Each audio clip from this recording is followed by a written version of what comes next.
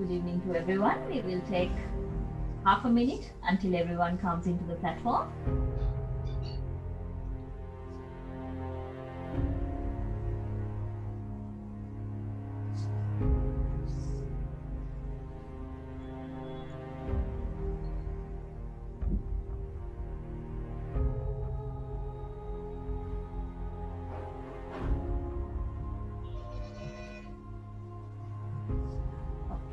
So a very good evening and a welcome back again to our webinar series, Meeting an Expert. And indeed, we have a special character today who had gone through a turbulence indeed. And let's see today how this experience can be supportive to us. So to start with today's discussion, we have our chairman, Mr. Bandula again. Chairman, over to you to have a few welcome words and then of course to explain our purpose and move on from there. Thank you, Kaushali. Thank you, Charitha. On behalf of our CEO, Roshan Egodegi, and entire staff and the board of directors and the student population, very warmly welcome you here. I know you have a very, very heavy schedule, but accepting our invitation, especially Rohanta's invitation and being with us is really encouraging. And as you all know, and everyone know, for especially Charitha, a bit known as for the quality education, but we believe more than the not only the education, we believe that it has to have a overall experience of our students to get leadership qualities within. So therefore, we have embarked with this sort of a campaign to bring industry leads and the CEOs like you and opinion leaders to interact with this student population to get the first-hand information. So that is the main objective why we have invited you to be with our students population. And also not only the students, that with your experience and sharing information, everything will be a real booster for our staff and also our who are fellow listeners on this webinar. So in fact, you in Sri Lankan supermarket chain, especially with the pandemic, with regard to the topic, I think you have a huge success story. When some people are struggling, you're also struggling to achieve your success. It's not that you are achieving to get your day-to-day business. So you have many ways of doing things in order to achieve your main purpose and the objective. It's a different channel. It's a different challenge. So our students, they want to explore that challenge particularly. Some of the organization, as you all know, pandemic was a disaster. But some of the organization, because the pandemic was a blessing in terms of not that they are willing, but they take that every disaster, within the disaster, every opportunity what they can explore. So I'm sure you have many good experience to share with people. While having very exciting experience in the pandemic situation along with your business experience. So without furthermore, I think I would have to hand over to the Rohanta. I would like to say big thank you for Rohanta for organizing this, and also despite your busy schedule for being with us. Wonderful, Charitha. You would like to hear your most valuable expressive discussion along with our students. So Kaushali and Rohanta, over to you. Thank you very much. Thank you, Charitha, once again. Thank you very much, Chairman. It's been actually an honor to say a few words about Charitha, president of the retail sector of John Keels Group. He has been with the John Keels Group since 2003 and was the sector financial controller of the retail sector before being appointed as the chief executive officer in 2005. Charitha was formerly an Akin Spence Hotel Management as the sector financial controller before moving to John Keels. In January 2021, he was appointed to the board of directors of one of the most strongest brands in Sri Lanka, Ceylon Cold Stores. I suppose that tells you the caliber of this personality. An associate member of the Chartered Institute of Management Accountants UK, a graduate of the Chartered Institute of Marketing UK, and he went on to read for this MBA from the University of Colombo. Charitha Subasinghe, during his tenure, has led the Keels supermarket chain for a major rebranding exercise and has also crossed the penetration of the brand to a milestone of 100 stores. He also gave leadership to the Keels to be the first COVID controlled environment supermarket chain in Sri Lanka during the pandemic. It is partnered by the Sri Lanka Standards Institute. And in fact, this idea of the COVID control environment came from Rotary, and SLSI took this idea, and together we've been driving this project. And I know how proud we are that Charitha decided to take this particular idea, and now you have almost, I think, most of his stores are all COVID control certified. And if I'm not mistaken, I think I read somewhere that the Keels supermarket chain came to the finals of the World Retail Awards, if I'm not mistaken. So, I mean, you're a real champion for the modern trade business, Charitha.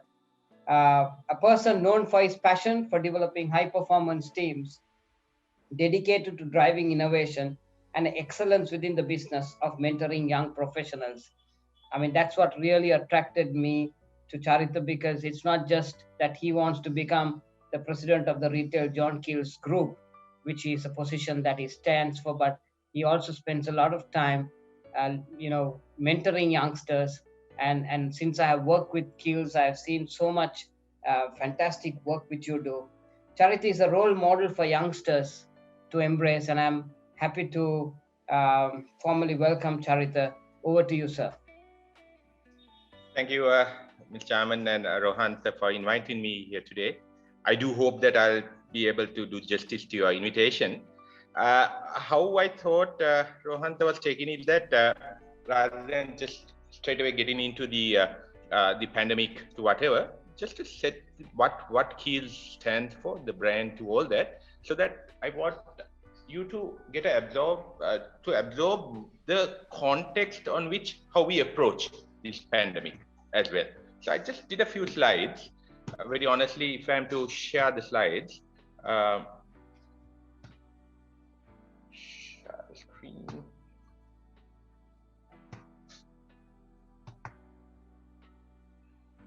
Is it visible? Yes, Mr. Charitha, that's clear. Yeah. And to put it on slide You can mode. go to the presentation mode. We are good. Yeah. Yeah, right. Is it clear, Kaushalya? Yes, now it's better. Thank you. Brilliant. So let me take you a few years back, 2017, and modern trade overall in Sri Lanka is a growing industry. It is still, if you look at the total context of modern trade of the total, or if you take total FMCG business of the country, is about 1.4 trillion rupees per year, FMCG, and of that, still modern trade is rather small. They say roughly about 15% of it is coming from modern trade. So we wanted to understand how relevant are we to the customer and the community of Sri Lanka. And in that context, we had a grand plan of expanding to 200 plus outlets, whatever. The physical part of it was decided. But I think, or we thought, a brand to be relevant has to be emotionally connected with the community, the people, the stakeholders, or it is just going to be a shell that you are going to create and you will not be able to get the desired result. So therefore, we started to look at what we needed to do as a brand for the next to be relevant to the consumer for the next 5 to 10 years. And hence the journey that we started 3 to 4 years ago started there, where we literally walked into into different households and try to understand what they will be expecting from their supermarket chain. Well, it's such a mundane type of a thing, just going to a grocery shop to whatever. So you needed to create that emotional link finally with the brand. So one thing that came out, so we understood about the consumer, what their expectation, we understood the consumer they knew what they want. They widely traveled. If you take a consumer today, they would have traveled even at least to Singapore, Malaysia, Thailand, and they have seen what is out there, and they have started to appreciate. We also understood what their main tension points were, and we wanted to address it. And that was the emotional connection that we wanted to create. Thereby, we created something called a brand house, where the entire business was going to get structured based on the brand house, the framework in which. And if you could see right at the top, we had this lofty purpose that we established, was to improve the quality of life of the nation. It was going to be relevant, understanding what the stakeholder needs were, and that was something that we were going to have as a purpose, the purpose in which, the North Star in which we were to be, everyone in the business was to get up in the morning and they were driven by this purpose to improve the quality of life of the nation.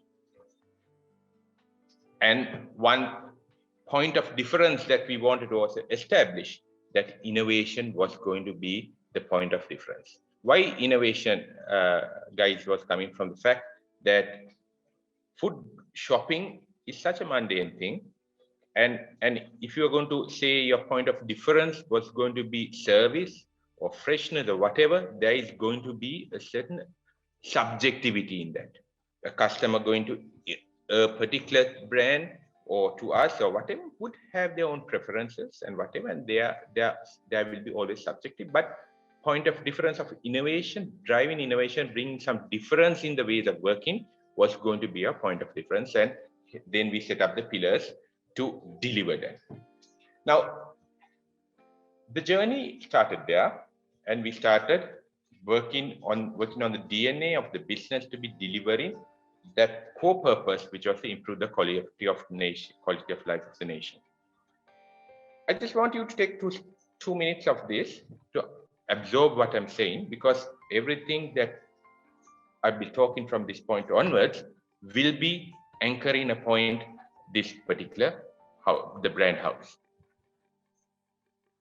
Then, of course, the values comes into play: caring, integrity, innovation, and excellence. And that is how we linked up this entire purpose. Then we started bringing it to life. How to improve the quality of life of the nation? The food, the freshness part, the trusted food was going to be one of the key enablers. The providing an enjoyable shopping experience was another. Developing a high performance team was essential, especially in a service industry where the moment of truth is going to be at the shop floor. And if the team is not at a high performance level, you're going to fail in your branding part of it. And finally comes the fact that when you're going to be big and there are many stakeholders that you're going to work with, the fact that you need to be creating value for your other different stakeholders and community at large as well. So that was the journey we started, and in that setting up the DNA. Then the rebranding started from that point onwards. Whilst one thing that we wanted to also ensure was that the branding will be not purely a change in color, a change in look and feel at the outlet, but a overall rehauling the ways of working to ensure that we deliver the purpose. And these were some of the elements: getting the right type of discussion in the room meetings. The team model that we talk about here is a case where our team model talks about we always work towards driving results. And in that context, we will have a robust debate. We will accept, own, and move forward. That is the team model we talk about. Otherwise, one thing is that unless the team model is in place where ownership is not taken at the end of the at the time of achieving the results or accepting a way forward, it is going to fail. So these are some of the elements that were brought in our day-to-day ways of working to be driving the core purpose of improving the quality of life of the nation. Then this is the framework in which we work. Customer comes right in front, delivering what the customer needs. Then that works based on the brand house that I talked about. And then we look at how we deliver. How capable are we of delivering what we are signing up to do? Of course, this is a moving part here, where the feasibility of it, the business can deliver part, is a continuous upgrading ourselves to be delivering most of the customer needs as fast as possible. So that is the framework in which we are working. Point of difference, freshness, innovation, never lose on price comes in at the top. The continuous work happens to be driving this freshness part of it. The product that gets onto the shelf, whether it's a pizza that we start adding on, or a dessert range we are putting, or a hot food counter that we are going to run, or a juice, is purely driving the freshness at top of the mind, and we will continue to do that. Innovation, as the point of difference is going to be innovation, how we start working with the different stakeholders, the innovation comes into play, and of course, the price element is also there. So this was the look and feel of the outlet. So if you look at the five pillars that I talked about, the pillar about the place, this was the original look and feel before the rebranding happened. Same store today looks like this, the same store. And the look and feel where we are now ready to be delivering innovative product, a place where you love to go and do your shopping, and that is the look and feel that is there today. This was the same shop in 2018. This is how it looks today. This is how it looked then, and this is how it looks today. And this is also the private label product. Private label products are a part of the armory of a retailer. And we wanted to ensure the packaging looked in line with that original aspirational brand that we are going to create, the look and feel. So, and all that comes into play. Then the people element, one of the, in our roadmap, as I mentioned at the beginning, it's developing the people comes into play, and we needed to come with different innovative online to different ways of working to start developing this, the people element, because the team has to be a brilliant team, right at the top performance if you have to drive that behavior of improving the life of the nation. These are all elements of that. Then while we looked at the people, the product, and the employee, then we also wanted to be relevant to the environment and the community at large. So hence came the need, because if you know, we are a huge user of polythene. It's quite significant in our ways of working, and we wanted to make a difference. So hence, we went out and talked about a pledge to reduce the polythene usage and convert it into an environmentally friendly product, reduce it by 50% by 2025. And as of now, our jigsaw puzzle is that we have achieved over 30% reduction as we speak. And it is, and we are pretty confident that we'll be able to hit the 50% by much before than the 5-year projection that we had. So that was the environment. And in addition to that, we work with 2,500 farmers buying over 1,500 tons of produce on a monthly basis. We employed 4,500 employees. Important, 49% is female representation. Why? Because we want to have equal opportunity for all genders. We serve 76,000 Sri Lankans average on a daily basis. We have 300 own label, the private label I'm talking about, and we also support the small and medium type suppliers to develop them and in that context. In addition to that, we moved also excess produce redistribution. If you read in different international news channels to all that, one of the biggest grievance most of the countries have with the big supermarket chains is the fact of food waste, that they just dispose of products that can be consumed, but the fact of the matter is that they consider that it not been good enough to be on the shelf, and therefore they dispose it off. Hence, we started that excess produce to be redistributed. We work with different charity organizations where daily we share with them the excess produce so that they can be utilized in different hot kitchens to children's homes, old homes, to whoever. And at the moment, we donate about 400 kilos per month. Then solar panels came in because we wanted to reduce the carbon footprint, and then the recycling, where we have partnered with John Keels on the plastic recycling part as well. This is all driven by our values: caring, integrity, innovation, and excellence. And again, I want you to relate to the brand house. These are all elements that we have brought to life. Hence, the brand growth during this period, we believe it is still at a growth level, the Keels brand. We were able to become the most valuable supermarket brand for the second consecutive year. We have moved up in our brand value. We are now in the top 10 brands of the country, and the market share is also growing. So this is the background that I wanted to share with you before we talked about the pandemic. So pandemic hit us literally an year ago, mid-March, and it is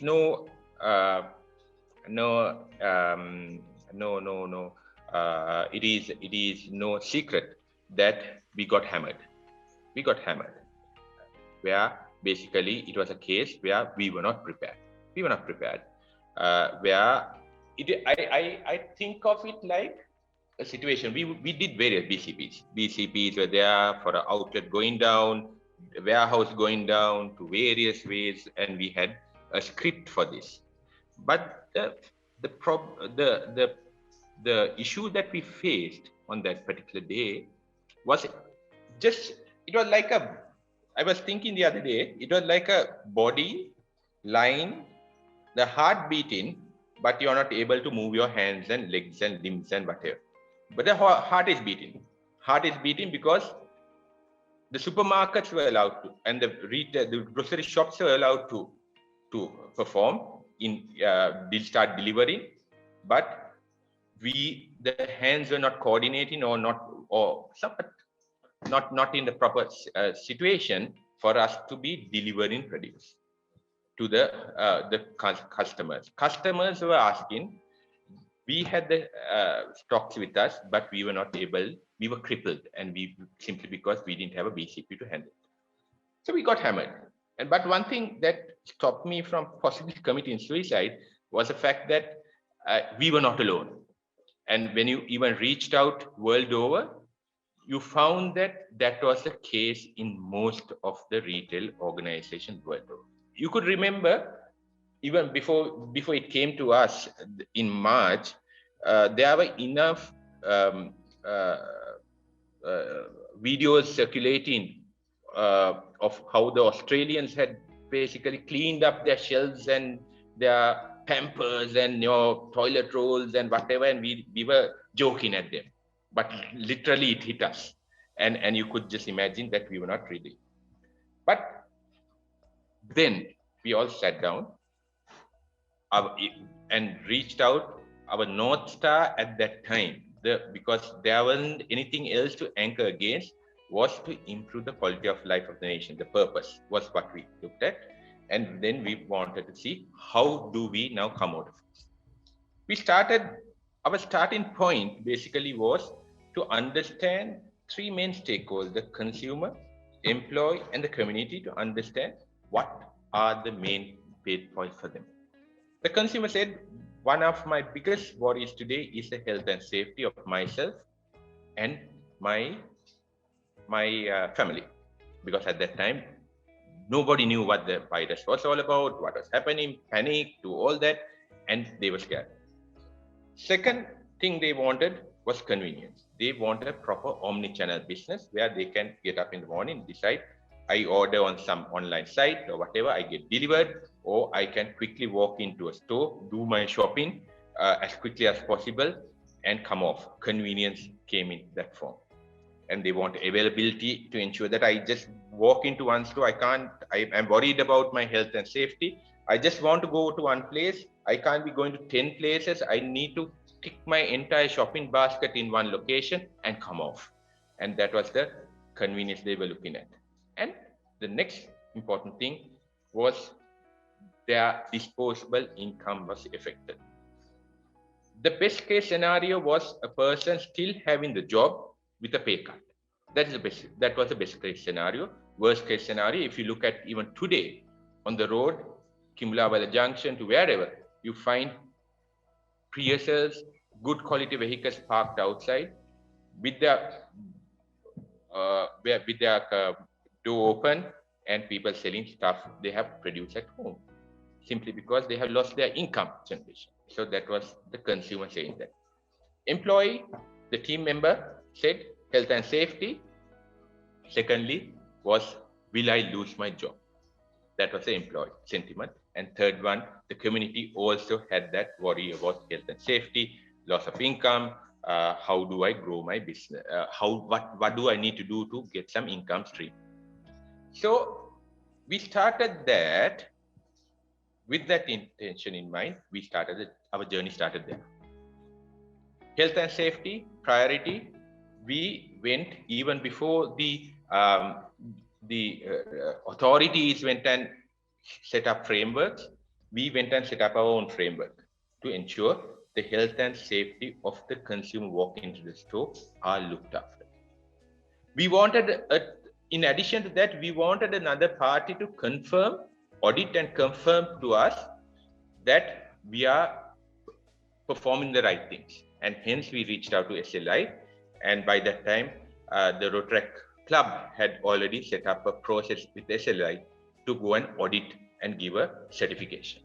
So hence the reason for us to get a COVID certification, so that we could confirm to our consumer, reduce the worry of the consumer at that time. Look here, Keels supermarkets, safe, you come shop because we are taking these precautions at our end.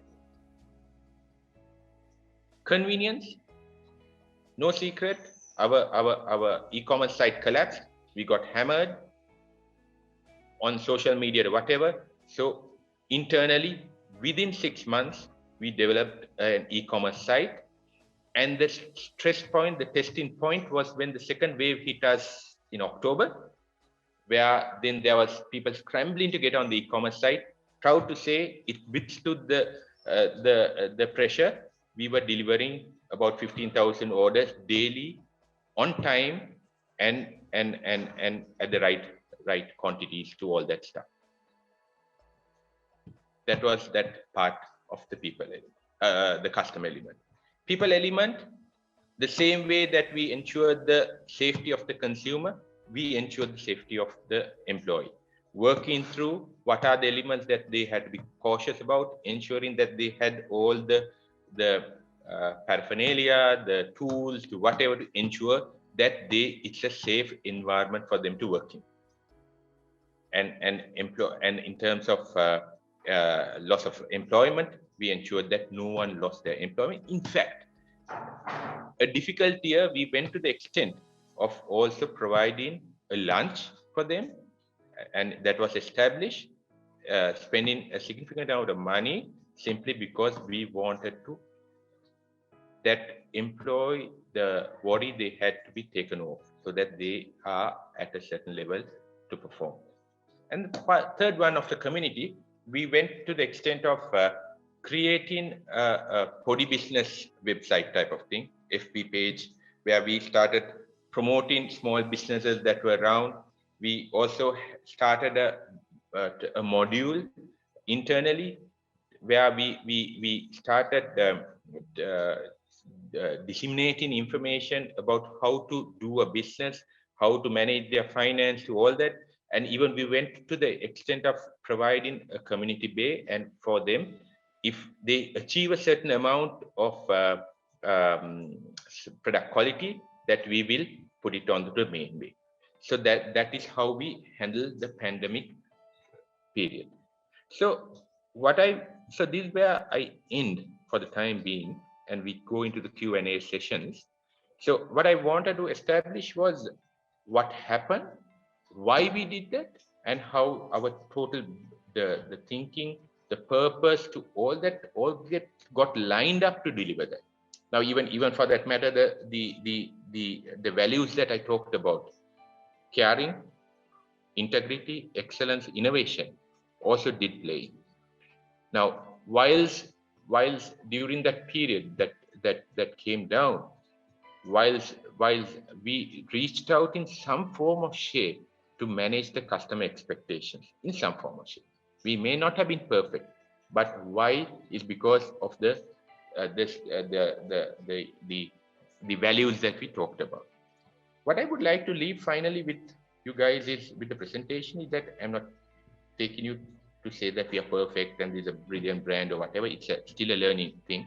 I'm learning this every day, and it is something that we would want to continuously do against the North Star. Is that I want as young professionals for you also to have a certain value structure in your ways of working, and that is important simply because that is what will drive your future as well. How, and it should not be a shortcut type of thing, but you integrate your values into your ways of working so that finally you can become that excellent professional as well. So Rohanta, that is where my presentation ends. How do you want to take it forward? Do you want to go back to a Q&A type of thing?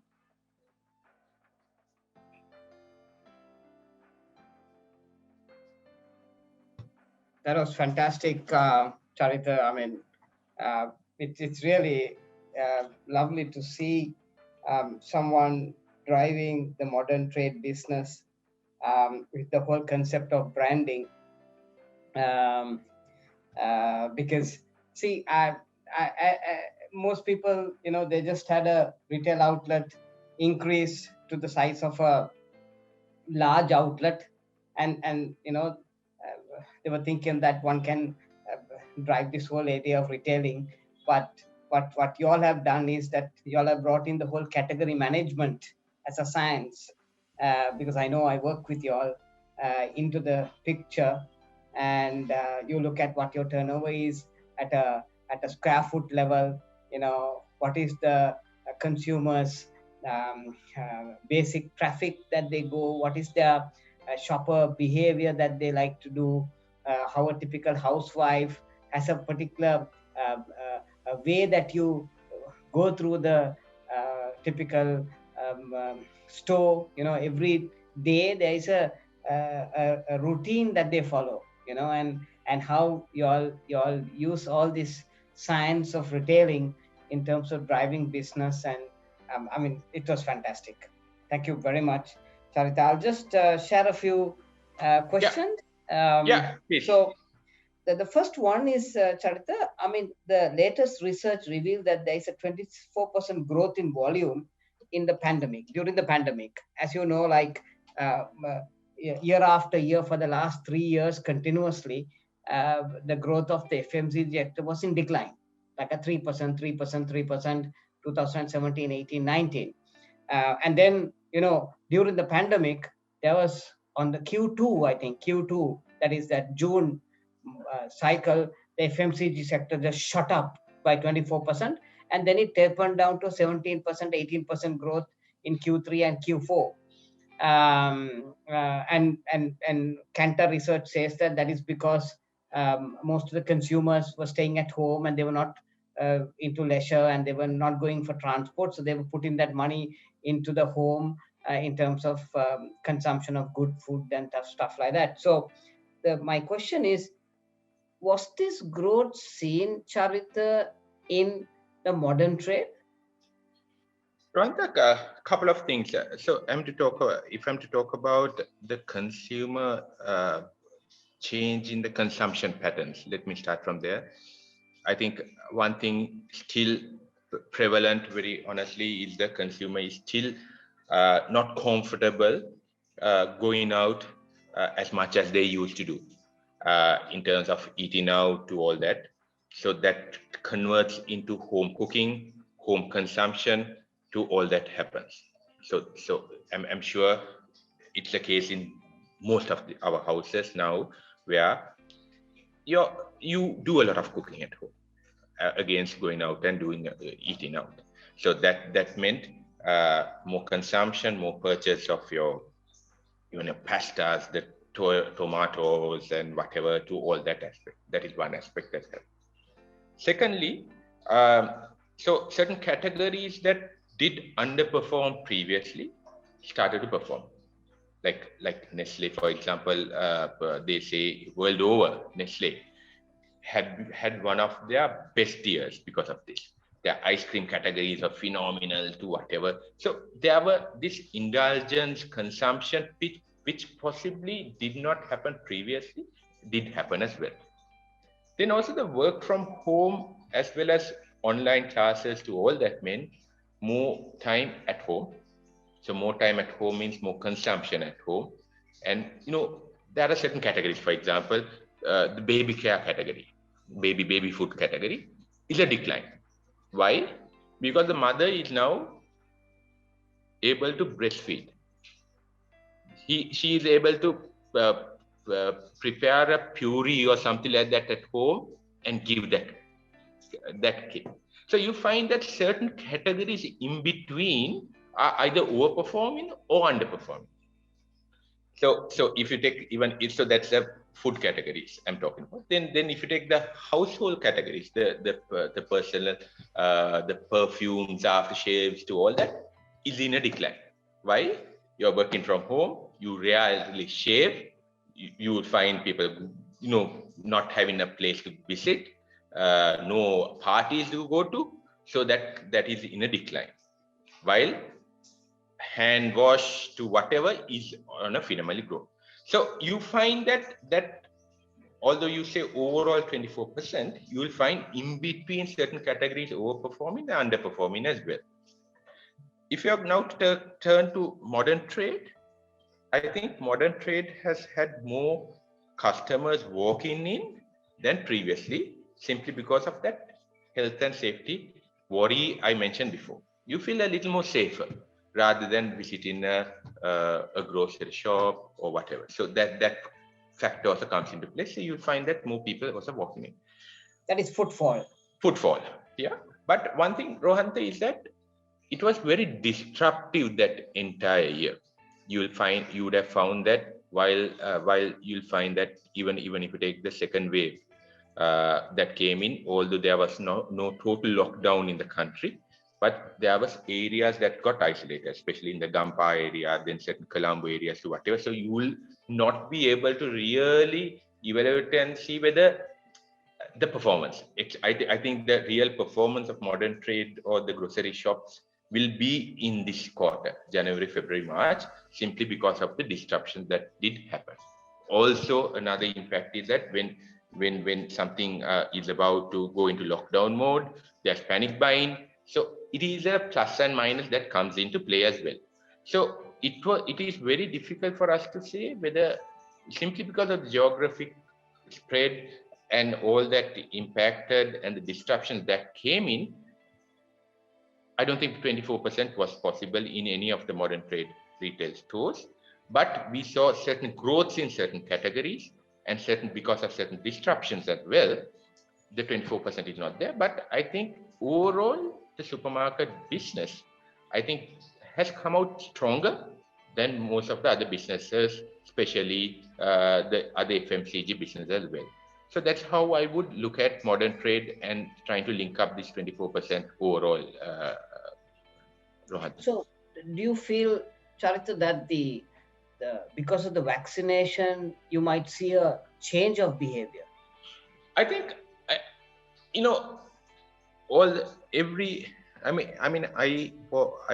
try to monitor what is happening world over to understand the behavioral change as well. Some of the stuff that a McKinsey study or whatever would talk about for this year, and I think it's going to be relevant for us in Sri Lanka as well. A few trends that are going to happen is that there is a certain pent-up demand. Pent-up demand means suppressed demand today. Why? because I don't know the fear to all that is there. Should I walk in there? Or should I go there? To whatever. There's a pent-up demand. And that is going to, with the vaccination coming in, and after a certain level of vaccination that happens, hopefully by about June, July, is that fear, the dark cloud is going to move aside, and there is going to be a good feel factor coming. People will start moving a bit more than what they used to do and all that. And that will bring, that's the pent-up demand that is going to get released. So our expectation in that context is that there will be, except for certain other macro conditions that could impact, that there should be an increase in the consumption of the overall population in the country. And also, I think your first question also asked about the fact that there is some saving also happening. I think at a certain level of the population, there is a saving, simply because people who would have been traveling abroad or whatever, there is some saving that they are using now for consumption on food and grocery to all that. So our expectation, and that's the expectation world over, is also that pent-up demand is going to get released, and that is going to get converted into consumption, and that is going to drive in more sales for the brands and the industry overall this year. So that is how we are also expecting this year, Rohanta. So, I mean, you're in a very happy situation, because if you look at the FMCG sector, Charitha, they're in very challenging times, because what has happened is that you have seen a abnormal behavior pattern which has happened in the last 9 to 10 months, and you know that the change in the behavior pattern is taking place right now, because people are slowly going into hotels and eating restaurants, and they're going down south, what we saw last weekend, and now they are in a dilemma, because their brands have grown by 40-50%, but you know that you can't grow that amount this next financial year. So then how to do your forecasting? You're in an absolute disaster situation for forecasting. I mean, I'm telling you real hands-on. I mean, some of the organizations that I work in, I mean, they are pulling their hair out, because the board is saying, I want a 20% growth on last year, and then your latest research from Kanta says that, the behavior is abnormal in nature. So then, I mean, are you going to put a 20% on last year and then put a 20% on this year? How do you do it? Or should you look at, now, sometimes what I would advocate is that I would say brand managers need to look at the penetration and the consumption increase, and then go back to the consumption and penetration increases that was there during pre-pandemic.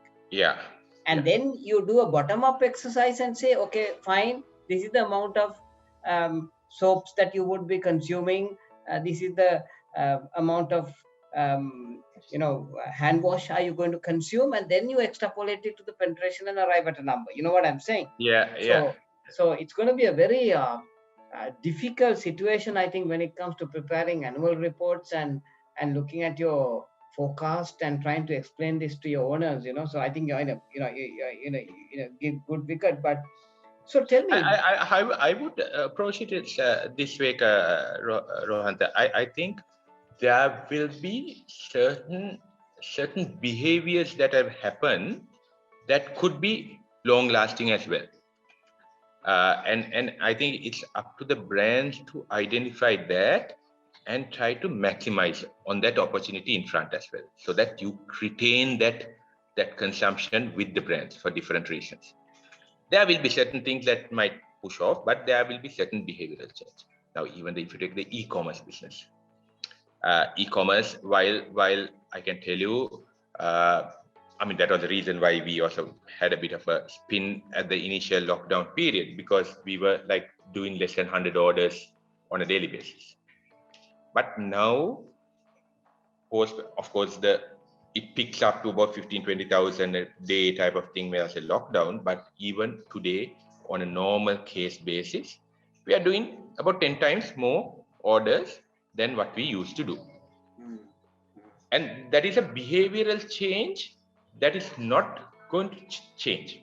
And I think Chairman did mention with his opening remarks about the opportunities that could come in as well. And I think to some extent, our Sri Lankan brands also, it was a good awakening call also for some brands that look here, and possibly that was a jolt that was not there because I think we have a somewhat island. I mean, it's an island mentality where we are happy, content. We are not under too much pressure. Even the worst case scenario, you can manage with a little growth here and there. You can manage where you don't go to the extent of really dwelling into your business to see what do I need to do something different.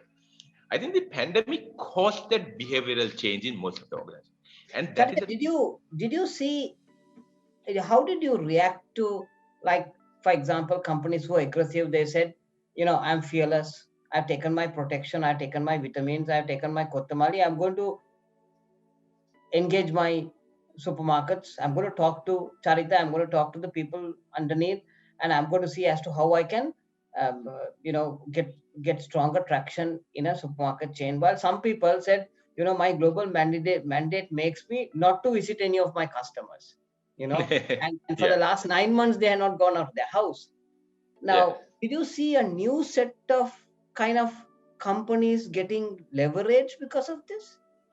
Yes, I think if you look at it honestly, when you look at the portfolio today, I think another opportunity that came for especially the local brands was the fact that with the import restrictions that came in. And that is something that even I had a session with the SME group recently where I said, look here, there are certain opportunities that are in front of you. Let's say if you let's take a certain category.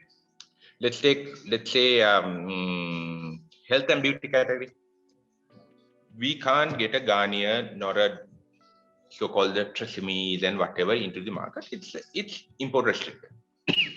Now, in that category, if you look at it, we would have been playing in a certain mid-tier categories. Most of our brands would have been playing. Now, there's an opportunity for a brand to start filling that vacuum that a Garnier or something did fill before. Now, that opportunity, these brands must leverage on and land something. And this is a good time to expose those new products to the consumer. So I see certain businesses having done that. Now, even if you take today Pringles and Mr. Potato and all that that's imported restricted. But the products, the snacks manufacturers in today's context, are they leveraging enough to produce something similar to a Pringles? There is one or two. That's why I'm quoting this simply because they have taken that opportunity. So you find that there have been certain companies who have been.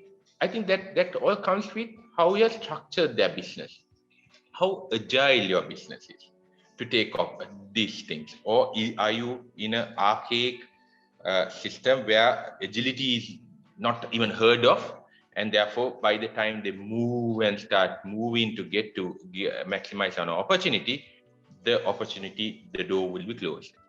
So there are certain brands that have worked differently, and I believe the brands that have worked with that agility have come out stronger, and they have been able to grow as well. So that is how I have seen it, and also even the different ways of working. If you take the work from home concept, it was something, a cliche that we have been talking, that we should work from home, a system to whatever. But there's opportunity that people have embraced. Teams meeting, Zoom conference. I think those will be long-lasting principles that will remain, that will increase the productivity. Honestly, today's my meetings today are so back to back that you are able to get squeezed in a lot more work. But of course, there are the other negatives that need to be managed. Social interaction. How do you, because again, for young professionals who is in the audience today, I think one area that you learn is from watching people. How your bosses, I mean, that's how I have learned. I watched my how my bosses conducted meetings, how they approached, how do they get things done, to whatever. I think those are the elements that got impacted drastically, and there has to be some middle ground at some given time where the work from home and work in office comes into play. But this element of Zoom to whatever also has a benefit overall as well. So I hope I answered your question, maybe not in an absolute direct way, Rohanta, but I think there are the positives that happen. People, the companies who took over, looked at it positively, were agile, took decisions faster, did benefit, but there were also companies that possibly may not have taken the opportunities in that same context as well. So, Charitha, are you a marketer or are you an accountant? Accountant, unfortunately, was a forced professional. Unfortunately, I was possibly in that generation, 88, 89, where I qualified to get into the university in Sri Lanka. But unfortunately, we were in that period of 2 years at home situation, nothing to do. When you started doing CIMA was the option that we had. We did CIMA or SIM. And that's how I became finance. But that was something that I wanted to get off as soon as possible. But one thing that taught me in being working in finance is that it gives a young professional the grounding. And that is something that I would also want expect, or what I would want to share with all you guys as well. Something that will ensure your growth, your career to whatever, will remain on how the foundation you lay. Unfortunately, there are instances that I've seen careers where there are these guys, guys who, can talk their way through, get into places, but I feel it is going to be short-lived. And you need to have the grounding where your basics are right. You know what you're doing. You understand your consumer, you understand your staff member, you understand that you are as good as your team. And those basics should be there for any young professional if he wants to make a sustained professional career. Otherwise, you'll find, unfortunately, there will be enough bad examples in front of us that will also give us that, a little bit of thinking that, look here, this is the way forward. How is Mr. X been able to talk his way through and get things done, but we know that he's telling all bull to whatever. You might have a few bad examples, but one I think I will urge all young professionals is to get your foundation right. If you land your foundation, if you know what you're doing, if you know your basics, that will help you to, without any problem, to set up a decent house, a structure that you can will be proud of as a professional. That is how I would look at it. What made you get into the retail industry, Charitha? I mean, you are essentially well, you're not in the service industry per se, Yeah, making spends and stuff. So sure. Honestly, it was, again, you walked in, you got opportunity, you walked in and tried to make the maximum out of it. So even that was 2003, 17 years ago, 17 or 18 years ago, and that business was not as glamorous as today. We had about 3 or 4 stores, but it had a certain opportunity. Grabbed that opportunity and tried to make the maximum out of it. So it was not a case of passion for retail moving in that direction, but now after being involved in that, you have started to think of it as a passion.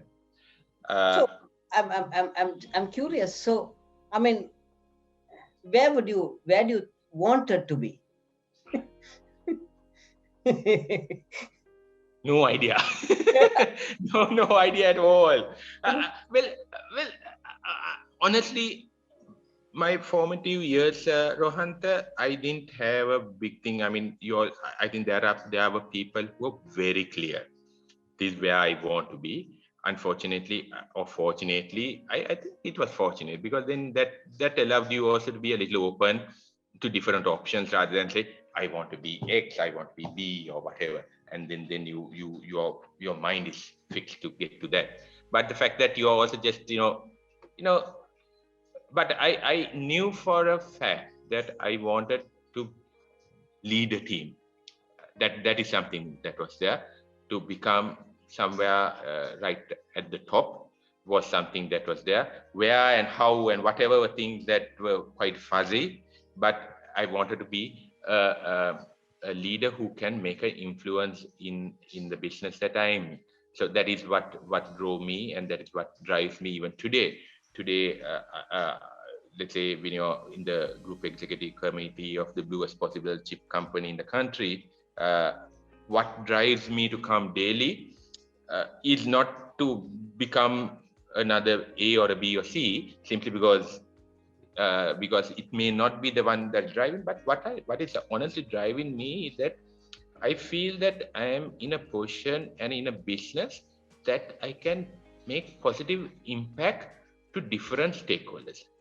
If I'm to say that is that thing that drives me. Even a farmer, I know the problem the farmer community is going through, but if I can, the 500 farmers that are working with us, if I can ensure that I can make their livelihood better, and that is what I'm driving. So it is not a transactional relationship we are having with the farmer, but it is a engagement that will make the farmer better.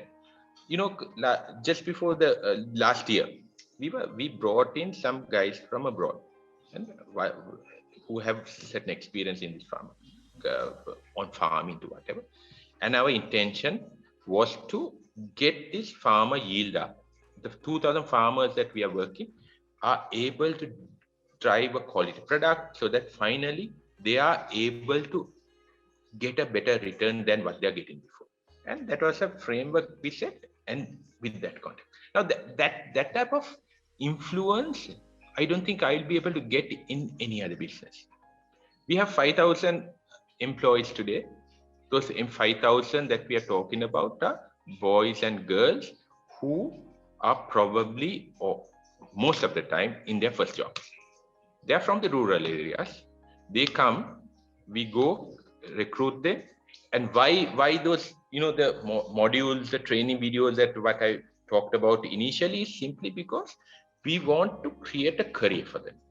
A career means it's not lifelong employment at John Keels, but ensuring that they will be, it becomes like a university. They are skilled to move on. And you'll find that people who are moved after their a period, a stint. And I can tell you, our workload is not the most sexiest type of job. Stacking to whatever, I can't imagine a boy or a girl doing that, or a cashier girl behind the counter doing that for more than 2 to 3 years. Charitha, have you stacked things in a supermarket? Yes. Otherwise, I won't be able to understand the problems of that guy.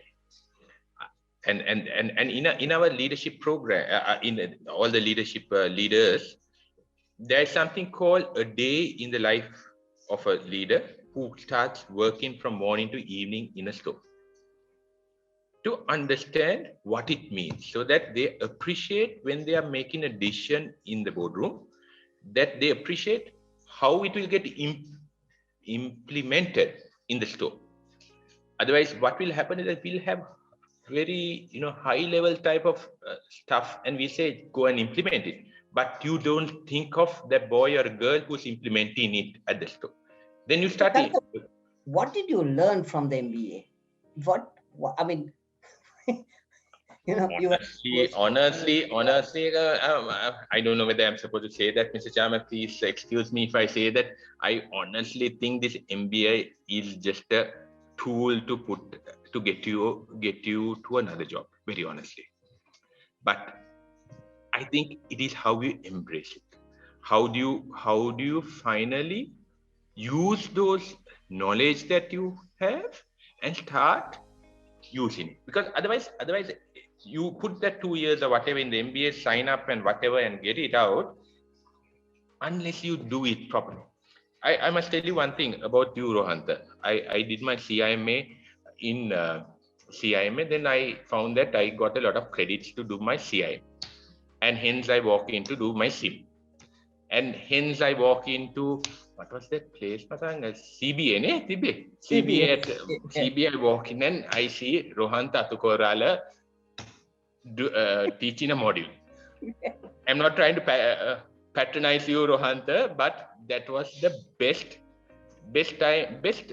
I remember that simply because of your style that you did that. And this is not I'm not trying to do a brand development or branding of you, but because I like the way that you approach that module where you were using live examples. And when I think it was something to do with trade, the international trade or something like that you were teaching. Mm-hmm. And you were using live examples on how it can be implemented, how it was implemented, and how physically it can get implemented. That was what I learned from you, Mother. And that is exactly I would want that MBA also to be used. How can it be used? That is something that I always tell the young boys and girls. How do you use that in real life, in your business, in your work? Don't wait for strategic plans or whatever. Don't make it an academic thing. Unfortunately, sometimes we make it an MBA academic thing, and it's I also ticked off the box to do MBA, CIM. I had a plan. I need to do a postgraduate degree. Done, dusted, ticked off. 22, 23 years old, done, dusted, and that was it. But now only I start thinking, look here, how do I use it? How do I use it? The different tools that you use. Sometimes we might put the blame on our bosses and say, look here, the culture is different. I can't, the culture in that organization doesn't drive me to be using that tool that I learned in MBA, whatever.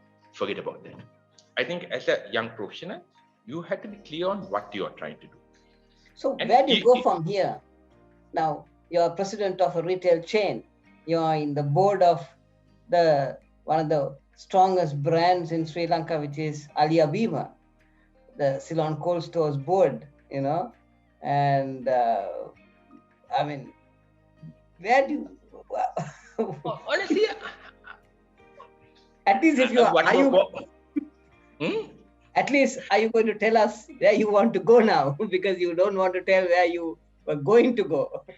I think one thing I would want to do, honestly, the work that I'm doing now is driving me the passion.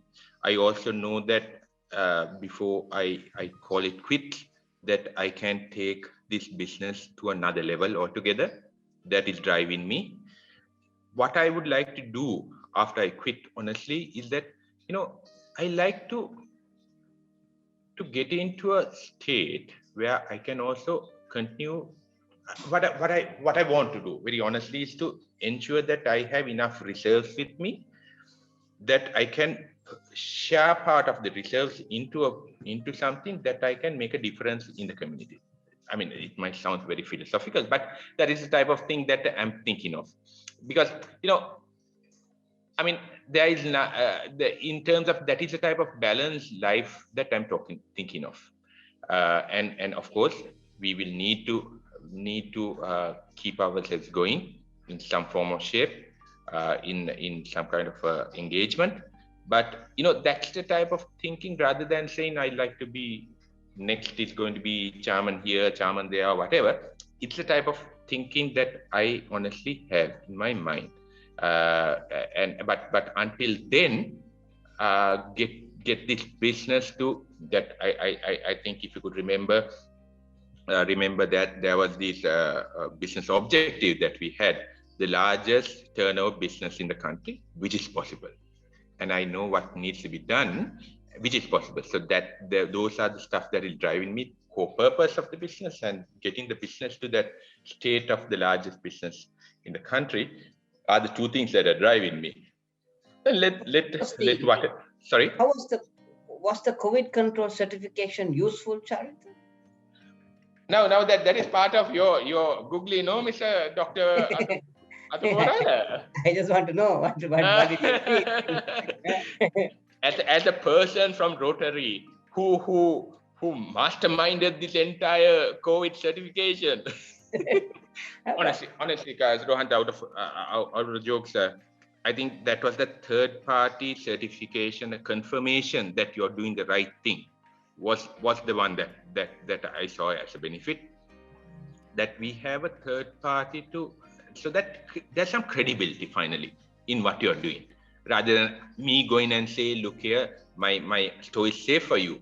If a third party is telling Keels, this outlet is safe because of A, B, C, D factors, I think that is the benefit I would think a certification gives you. And we ensured that we lived according to the certification, rather than that becoming just another thing that will hang on to the wall to whatever. So that's how we approached that entire thing. But how it helped us was that giving credibility to our health and safety regulations in our chain. Charitha, it's been lovely chatting with you, and I mean, it's actually intriguing to know how you take an opportunity which comes to you, and then it's all about how you have made it one of the best in the country, and everybody is looking at you as to how you give the touch point branding, and it's now a case study discussed all over Sri Lanka.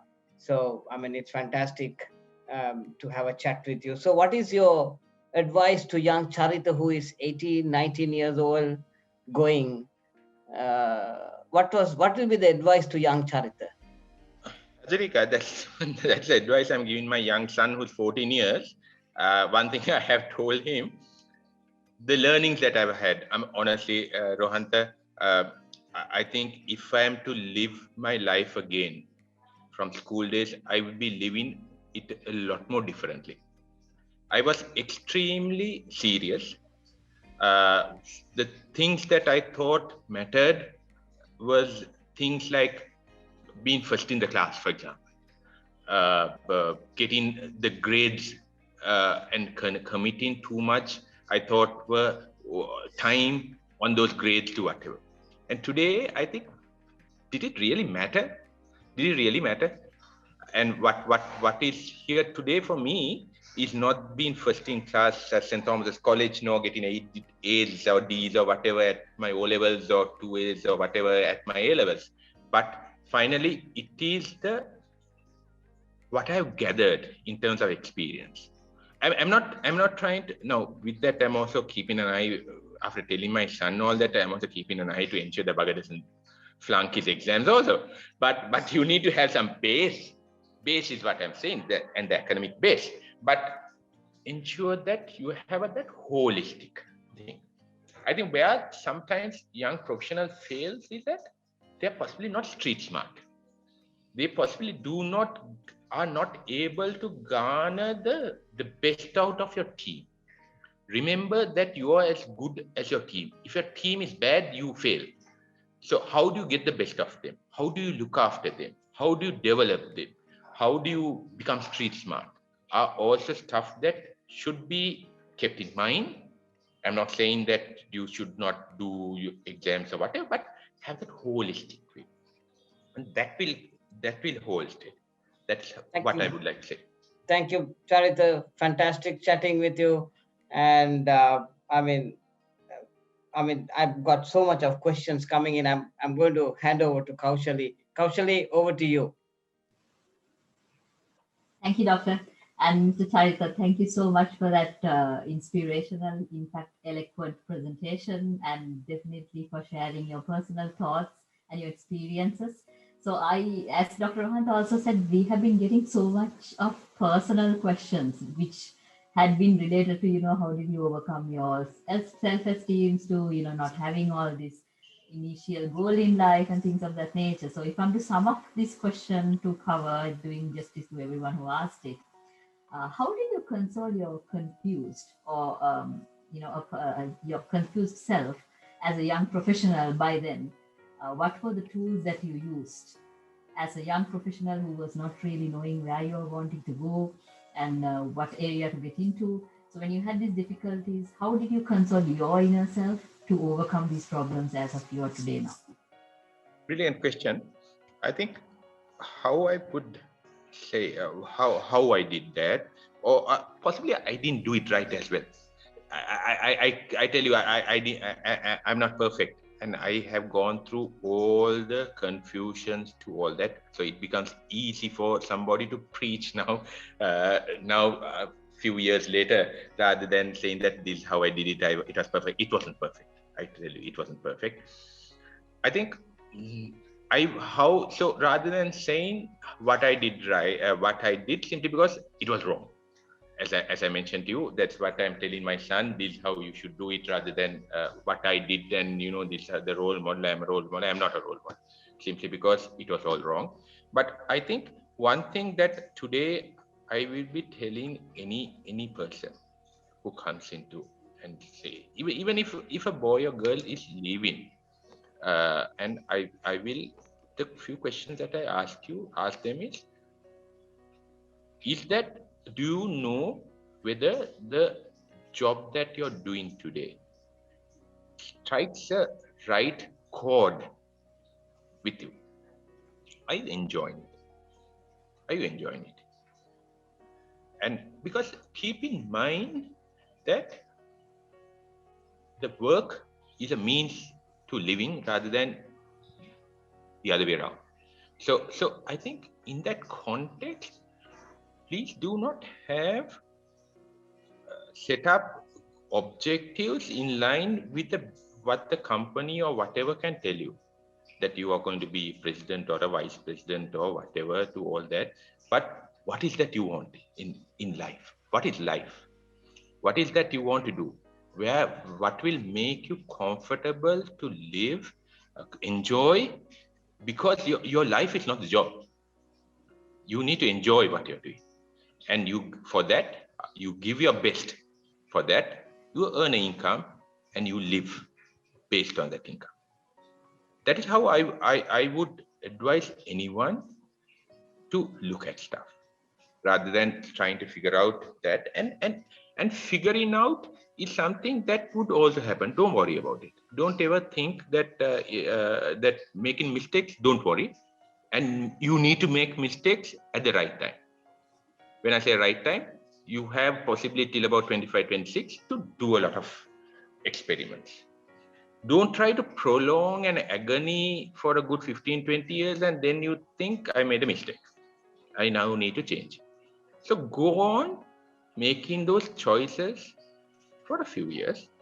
You don't need to think of career in an organization until you're comfortable that you have hit the right sweet spot, and work on that.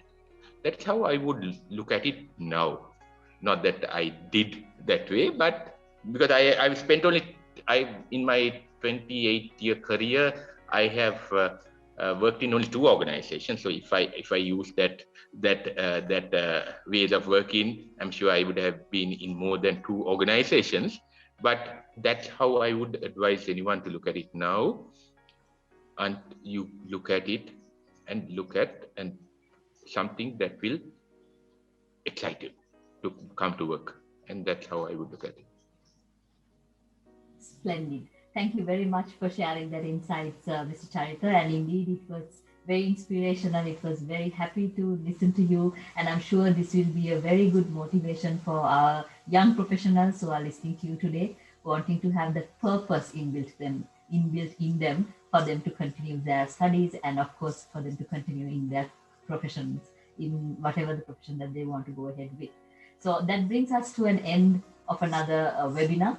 And let me wish you all the very best, and may you have all the courage to take this further. On behalf of Apit family, thank you so much for being with us today and sharing this information.